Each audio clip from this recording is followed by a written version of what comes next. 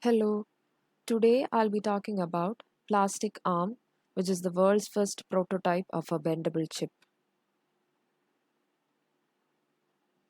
Bendable gadgets and electronics have been the talk of the town for a long time now. We have mobile phones, tablets, and laptops that could freely bend as per our will without getting split into two. Without doubt, the era of stretchable electronics will soon be here. There is something all these electronic devices have in common, which is a microprocessor. Microprocessors have undergone an unbelievable period of transformation across just a few decades. The world's first commercially produced processor was a modest 4-bit CPU with 2300 transistors. It was fabricated in 10 micrometer process technology in silicon and capable only of simple arithmetic calculations. Nowadays, state of the art silicon 64-bit microprocessors have 30 billion transistors, such as the AWS Graviton microprocessor, fabricated using a 7 nanometer process. But could there be instances where the silicon is unsuitable? While microprocessors are at the heart of every electronic device, silicon microprocessor costs can be one of the challenges for certain high volume applications. Designers need to consider alternative methods and materials in order to realize the full potential of the IoT.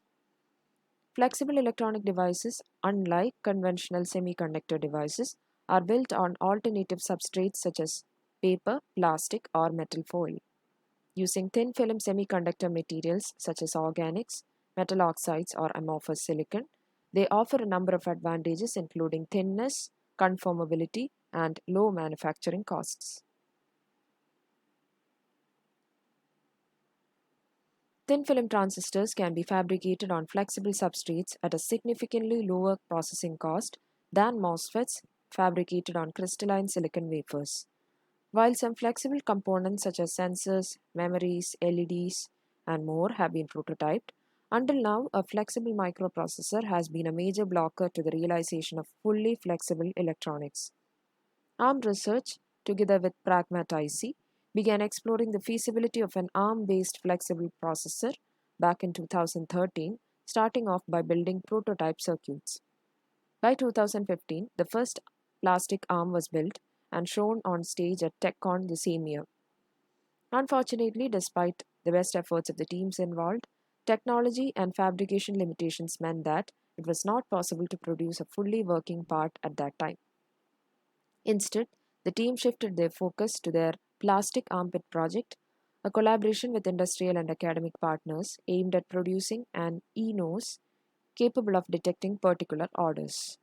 A few years later, Pragmat IC's FlexLog IC manufacturing system became available.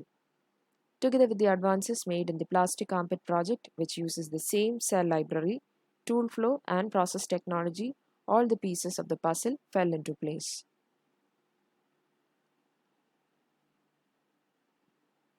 The team decided that the time was right to give another try, and on 27th October 2020, the world's first fully functional non silicon ARM processor, the 32-bit microprocessor Plastic ARM, was produced.